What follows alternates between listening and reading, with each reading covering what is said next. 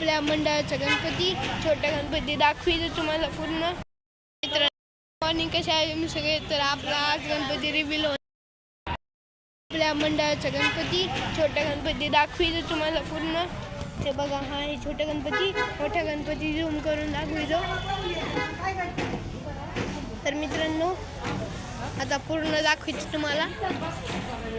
आणला शंकर आणि पार्वती, मांडीवर बसलाय गणपती, टुकुमुकू बघतोय चांगला.